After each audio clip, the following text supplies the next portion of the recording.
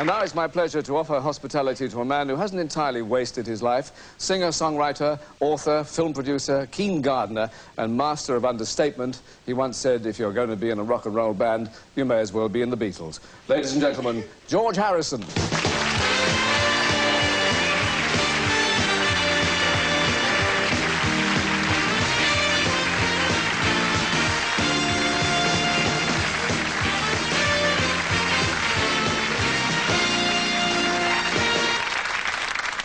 George, it's good to see you. You're back in the charts, so you're a happy man. I don't know if I'm back. I've been back, but I don't know if I'm back this week. But I am a happy man. Yeah. Did you feel the time was right to do this? Yeah. Well, I didn't really think about it. I just felt time to make a record. And so I made it. And, you know, sometimes things go right and sometimes they don't. This time it went right. You're attracting new fans, some of whom perhaps have never heard of the Beatles. I think most of them haven't. Yeah. I met a few people, just at Christmas I saw some kids in, about 18-year-old in Los Angeles, and they saw me walk in a shop and they looked at each other and said, "Oh, there's that singer," which I thought was pretty good. Just that singer. There's that singer, you know, music. Yeah. You have kept yourself to yourself in recent years. This led to some wild stories about the Howard Hughes of Henley.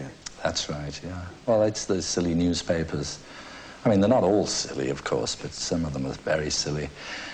And because I don't go discothequing and things like that where people hang out with their cameras, so they presumed that I was Howard Hughes, with my big fingernails and Kleenex tissues and that kind of stuff. Bottles of urine all around the house. And, but I wasn't like that at all. I go out all the time, or a lot of the time, see friends, have dinner, go to parties. Sounds all right. I'm even more normal than, you know, normal people.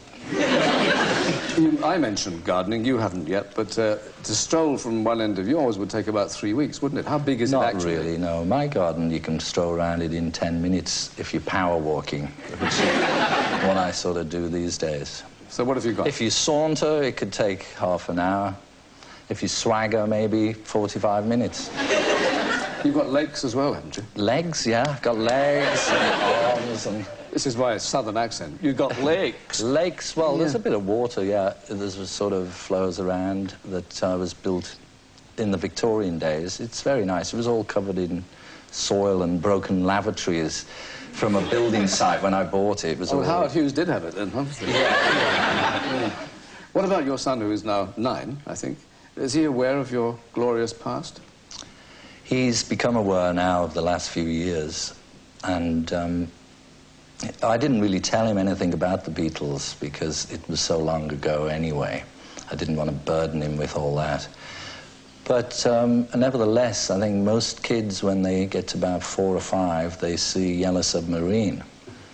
And then he sort of twigged, and then he came up to me one day and said, "Hey, Dad, how do you play the piano lick from Hey Bulldog?" Which I thought, well, that's strange. How does he know a song like that? But it's in Yellow Submarine.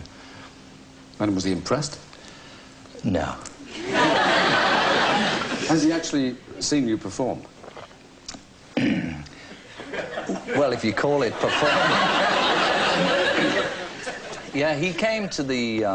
I did this show, The Prince's Trust, last July. He came to that show, and I suppose you could call it performing, but after the show I said to him, "Well, what did you think?" And he said, "Oh, yeah, you were okay, Dad. Why didn't you do rock and roll music and Sweet Little 16? Johnny Be Good." So, well, actually, that's Chuck Berry. And he's 9? 9.5 now, yeah. Oh, that's better. He's really into Chuck Berry, though, as you are, too. I saw you on the show with him. Yes, didn't have long enough, I'm afraid, but it was a great guy. How long, when you did The Prince's Trust, how long had it been since you had done a live show? Last time, well, I did one show which I happened to... I wore this suit for it. It's the first time I've worn it since the Carl Perkins show, which was a televised program for HBO.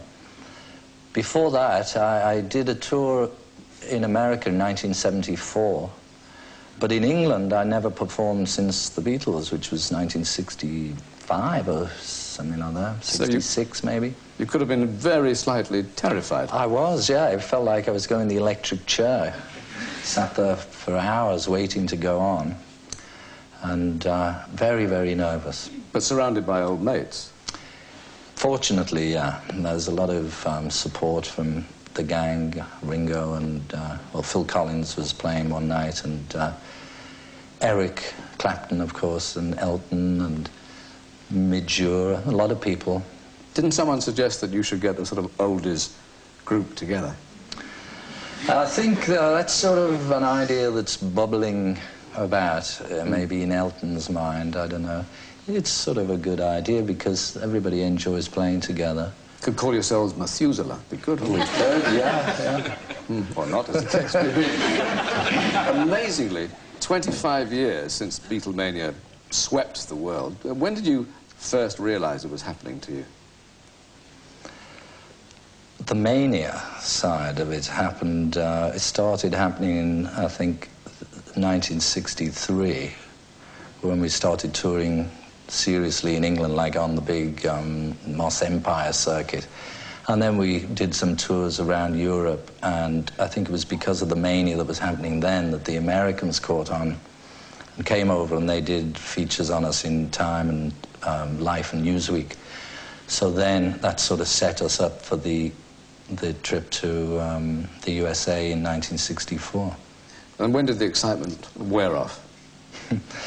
Well, it sort of wears off and it comes back again. Like, just recently I feel quite excited to be alive, regardless of whether I'm making a record or promoting my record. Buy my album now, right? You know, quite apart from that. But I think for me, the mania got to me in 1966, and around that time I got a bit tired of what they call the adulation. I'm still not that keen on that side of it. It's nice to be popular, it's nice to be loved, but it's not so nice to be chased around and on the front page of the paper every day of your life with, you know, people climbing over the wall all day long. And the endless round, of course, of meeting people, dignitaries, etc. Yes, well, we did tend to meet most of the dignitaries of the world. So were you bored by all that?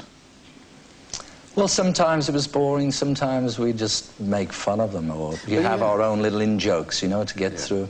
We noticed that. I mean, you did send them up. I mean, looking back, do you think that you were cheeky, so-and-so's, cocky? Oh, we were very cheeky, yeah. We had to be, really. It's like a, you know, survival kind of thing.